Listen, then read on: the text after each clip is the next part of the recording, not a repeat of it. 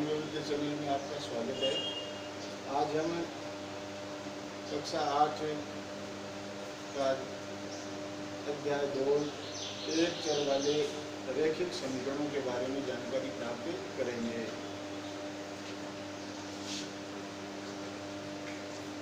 एक चर वाले रैखिक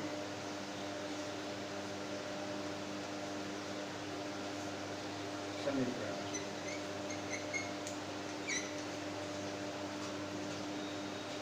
इनमें चर जो राशि होती है वो ए से लेकर के जेड तक होती है। ए बी सी डी कोई सा भी चर जिसमें अधिकतम घात 1 हो वो रैखिक समीकरण कहलाते हैं। तो इनके बारे में हमें जानकारी प्राप्त करेंगे। जैसे ये एक चर का है, एक चर का व्यंजक है, इसी प्रकार हम दे देंगे। जैसे ये है, जैसे ये दे दिया, ये सारे एक चर वाले रैखिक समीकरण। इनकी अधिकतम घात भी 1 है, इसलिए इनको हम क्या बोलते हैं? रैखिक समीकरण बोलते हैं। अब समीकरण में क्या होता है? दो पक्ष होते हैं। समीकरण में दो पक्ष होते हैं। जैसे ये इधर हो गया बायां पक्ष और बीच में समता का चिन्ह होता है, और इधर होता है दायां पक्ष। ये बायां पक्ष समता के दाईं और दायां पक्ष, इसमें चर राशि रखी जाती है, चर राशि, और इधर जो संख्या होती है उसको रखते हैं।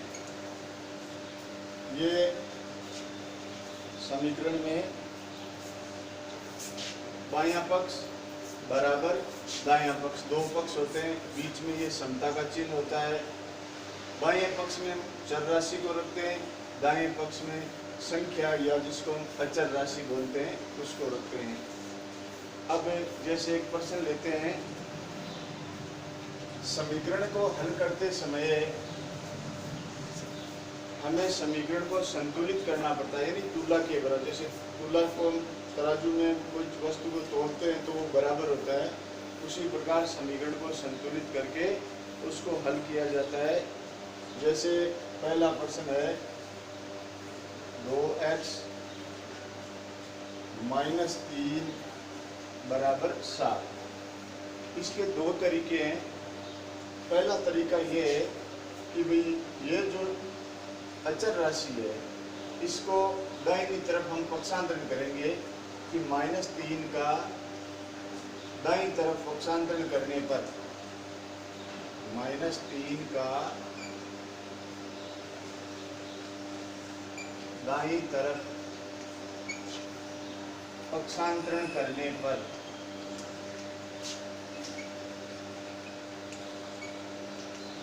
तो ये हो जाएगा 2x बराबर 7 + 3। अब 7 और 3 कितने बन गए? 10।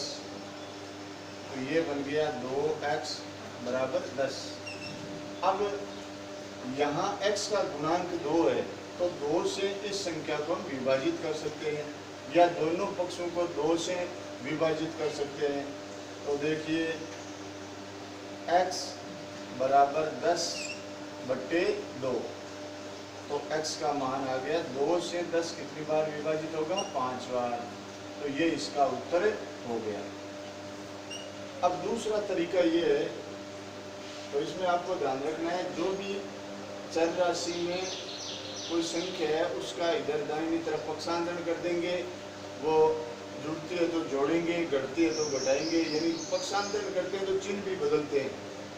फिर यदि चर के साथ जो गुणांक है उससे उधर की संख्या को विभाजित कर देते हैं, या आप जो गुणांक है उस गुणांक का दोनों पक्षों में आप भाग लगा दीजिए, तो वो चर का मान आपको प्राप्त हो जाएगा। दूसरा ये है कि इसमें जोड़, बाकी, गुणा, भाग उससे संबंधित कुछ है बातें। जैसे यहाँ -3 है तो आपको दोनों पक्षों में 3 प्लस करने, यदि यहाँ प्लस का होता तो दोनों पक्षों में 3 माइनस करते। यहाँ गुणा में कोई संख्या है, गुणा में है तो उसको उसी संख्या से दोनों पक्षों को विभाजित करेंगे। यदि भाग में कोई संख्या बट्टा में है तो उससे दोनों पक्षों को गुणा करेंगे। इस प्रकार के ये समीकरण है। तो इसमें हम लिखेंगे दोनों पक्षों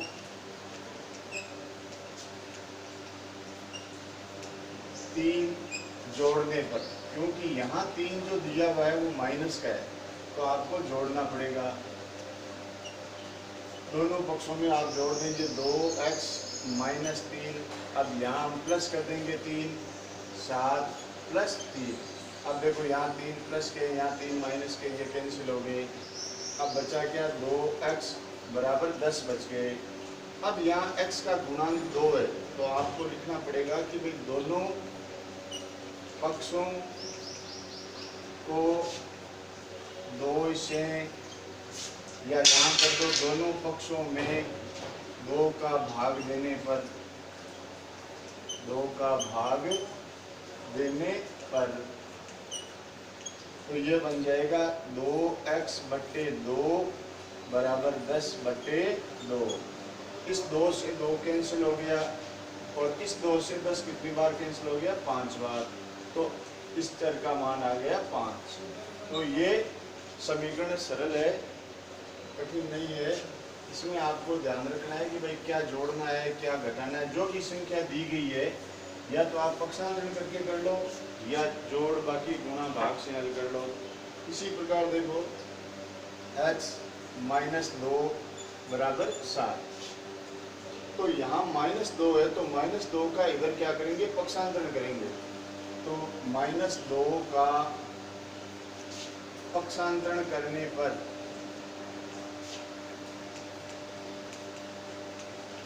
तो ये बन जाएगा x बराबर 7 प्लस 2, तो x बराबर आ जाएगा 9। ये इसका उत्तर हो गया। इसी प्रकार एक जो भिन्न का प्रश्न है वो है 3/7 प्लस x बराबर 17/7। अब ये जो संख्या है इसका हम इधर पक्षांतरण करेंगे तो 3/7 का पक्षांतरण करने पर तो यहाँ ये बच जाएगा x बराबर 17/7 माइनस 3/7। अब x बराबर इनका लघुत्तम ले लेंगे 7, हर समान है तो अंश है जैसे लिख देंगे 17 माइनस 3, तो x बराबर यहाँ 17 में से 3 निकालेंगे कितने बचेंगे, 14/7। अब 7 से 14 को विभाजित करेंगे तो कितना आएगा, 2। तो ये x का मान प्राप्त हो गया। अब देखिए ये दूसरा प्रश्न है। तो ये सरल समीकरण है। जैसे हमें दे दिया t/5 बराबर 10। अब ये जैसे संख्या है वो बट्टा में है तो या तो इनको हम क्या करेंगे, वज्र गुणा कर लेंगे, इसको इससे इसको इससे, जिसको हम बोलते हैं तिरछा गुणा करने पर, तिरछा गुणा करने पर। तो 1 को t से गुणा करेंगे, t बराबर 10 को 5 से गुणा करेंगे 50। ये इसका उत्तर हो गया। या इसको ऐसे भी कर सकते हैं t/5 बराबर 10। तो यहाँ देखो भाग में है 5 तो हम क्या करेंगे, दोनों पक्षों को 5 से गुणा करेंगे, क्योंकि भाग में है तो गुणा करना है, गुणा में है तो भाग देना है, और प्लस में है तो आपको दोनों पक्षों में माइनस करना है, माइनस में है तो दोनों पक्षों में प्लस करना है। तो ये बन जाएगा t/5 गुणा 5 बराबर 10 गुना 5। अब देखो 5 से 5 कैंसिल हो गया तो यहाँ बचा t बराबर 10 को 5 से गुना करेंगे 50। ये t का मान आ गया। इसी प्रकार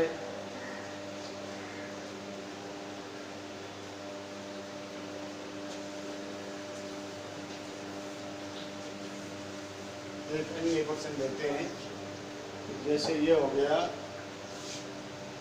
2x बट्टे 3 बराबर 18। तो यहाँ हम देखते हैं कि भाई 3 है वो बट्टा में है, तो पहले दोनों पक्षों को 3 से गुणा करेंगे। यदि गुणा नहीं करेंगे तो इसको सीधा वज्र गुणा कर लेंगे। एक तरीका ये है कि भाई सीधे वज्र गुणा या तिरछा गुणा करके इसको सरल कर सकते हैं। यदि ऐसा नहीं करते हैं तो पहले 3 से दोनों पक्षों को गुणा करेंगे, तो इनको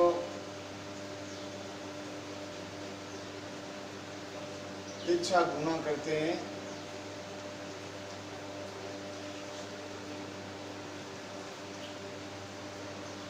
तो ये 3 है वो 18 से गुणा हो जाएगा, तो यहाँ बच जाएगा 2x, क्योंकि यहाँ 18 के नीचे 1 है बट्टा में, तो 2x 18 इंटू 3, तो ये बन गया 18 3 54। तो ये हो गया 2x बराबर 54। अब यहाँ x के गुणा में 2 है, तो 2 से दोनों पक्षों को हम क्या करेंगे, विभाजित करेंगे। तो दोनों पक्षों को 2 से विभाजित करने पर, तो यहाँ हम करेंगे 2x विभाजित करेंगे किससे, 2 से। 54 को भी किससे विभाजित करेंगे, 2 से। तो यहाँ 2 से 2 कैंसिल हो गया, बचा क्या, x। अब 2 से इसको विभाजित करेंगे, 2 का भाग 5 में जाएगा 2 बार, बच गया 1, 14 बन गए, तो 7 दूनी 14। तो x का जो मान है वो आ गया 27। अब इसी प्रकार ये तो सरल समीकरण थे। अब कुछ पहेलीनुमा जो समीकरण होते हैं उनको हल करेंगे। इसमें एक ही चर आना चाहिए। जैसे एक प्रश्न दे दिया कि 2 संख्याओं का योग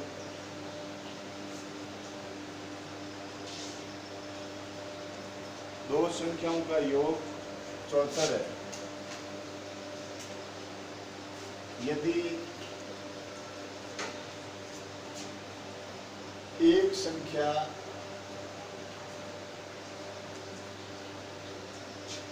दूसरी संख्या से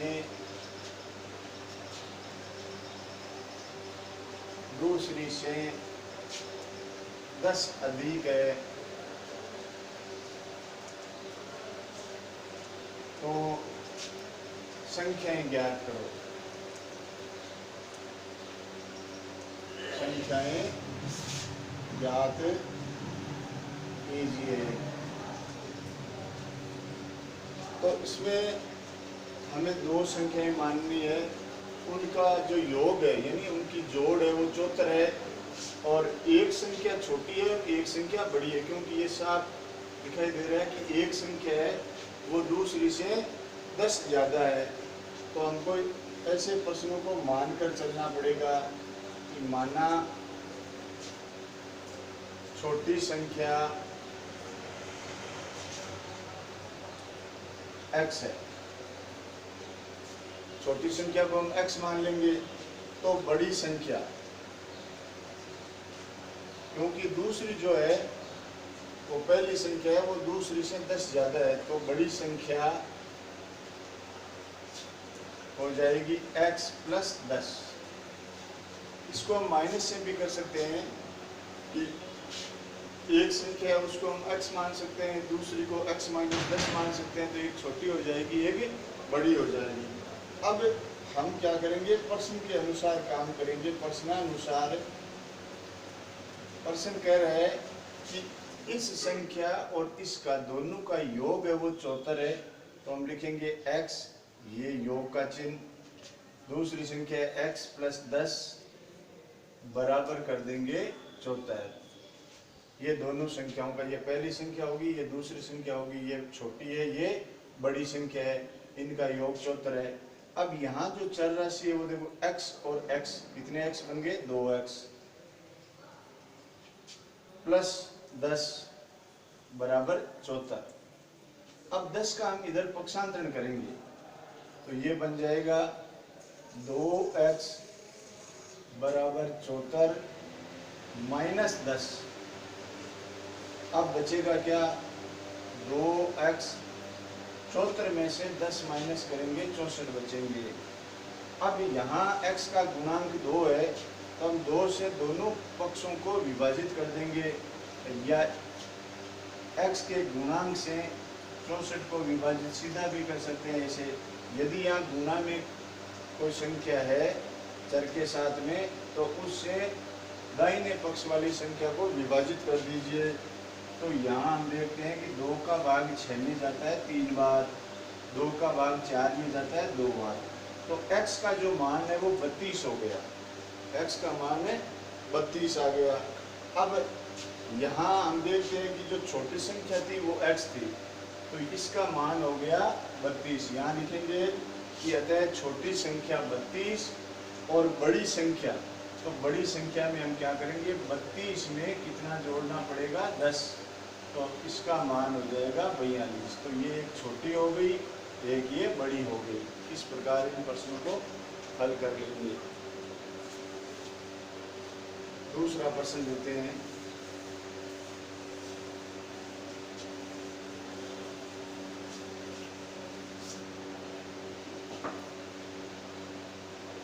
एक परिमेय संख्या है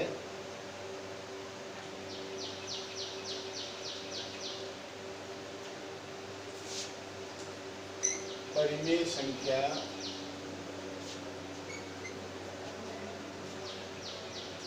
-7/3 में 3 के दुगने में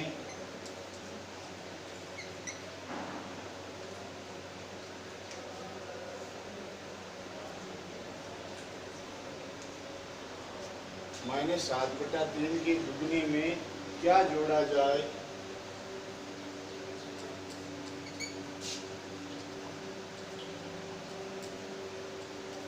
क्या जोड़ा जाए जिससे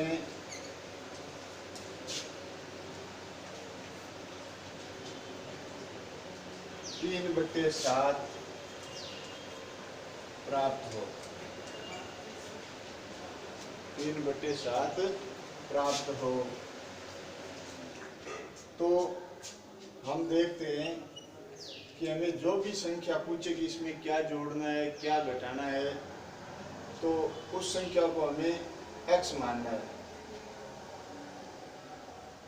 माना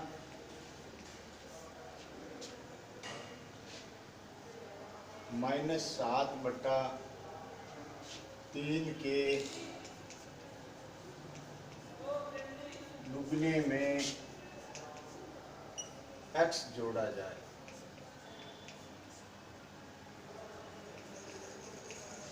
तो प्रश्न बन जाएगा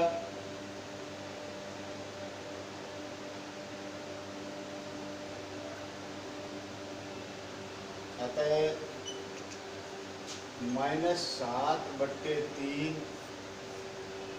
के दुगने, के या का मतलब होता है गुणा, इसका दुगना ये 2 हो गया। अब इसमें जोड़ना है तो प्लस क्या जोड़ेंगे, x, तो इसका मान कितना हो जाएगा, 3/7।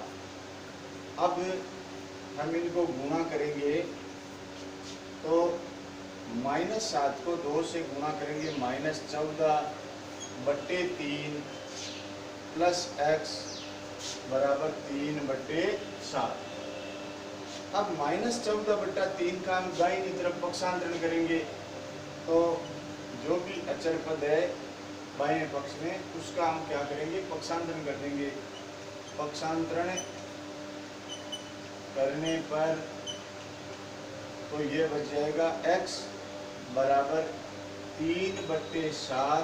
ये माइनस का है, इसको हम इधर लाएंगे तो ये बन जाएगा प्लस का। 14/3। अब ये भिन्न की संख्याएं हैं तो इनका लघुत्तम ले लेंगे। 7 तेरी 21, 7 और 3 का जो लस है वो 21 है। 7 का भाग इसमें जाता है 3 बार, 3 को 3 से गुणा करेंगे, 3 तेरी 9, 3 का इसमें जाता है 7 बार, तो 7 को हम 14 से गुणा कर लेंगे, ये आते हैं 98।